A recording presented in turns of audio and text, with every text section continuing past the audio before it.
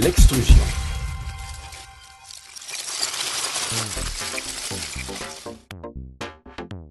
L'extrusion est une technique de transformation de la matière plastique permettant la fabrication de longs objets tels que des tubes, des tuyaux, de la fibre textile, des plaques et des profilés.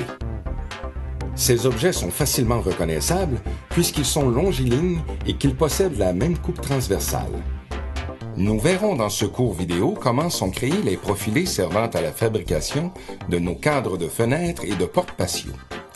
Parfois simples, parfois très complexes, ces profilés présentent généralement des chambres d'air pour en améliorer l'isolation thermique. De plus, il est maintenant possible de tromper l'œil et le toucher afin de créer l'illusion du bois. Ces cadres que vous voyez à l'écran sont en fait en PVC. Même un castor pourrait s'y tromper.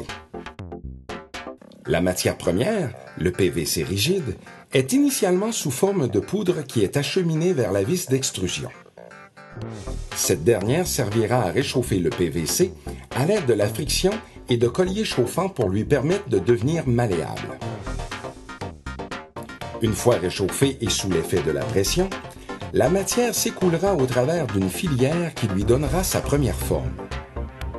Cette première forme qui est extrudée en continu est alors dirigée vers un conformateur qui permettra de figer sa forme finale puisqu'il est couplé avec un système de refroidissement à l'eau.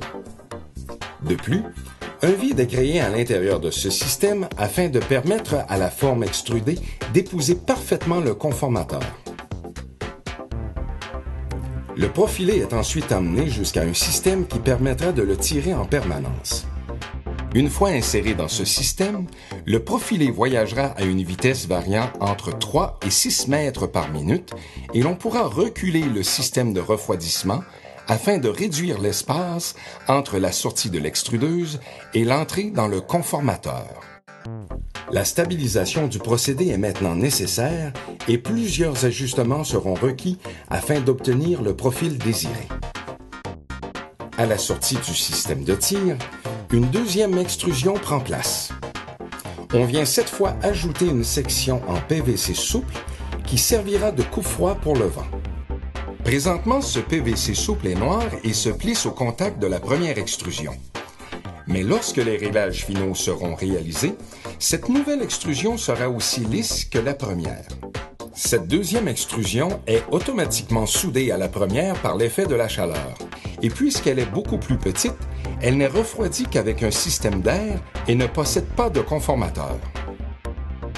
Le produit se rend ainsi jusqu'à la fin de la ligne de production où une scie en mouvement permettra de couper le profilé à chaque fois qu'il y aura 16 pieds de produit.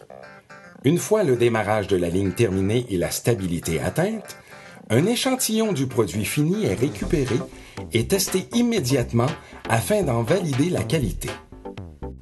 Pour ce faire, l'utilisation de gabarits de validation, diverses mesures et des tests d'impact sont réalisés.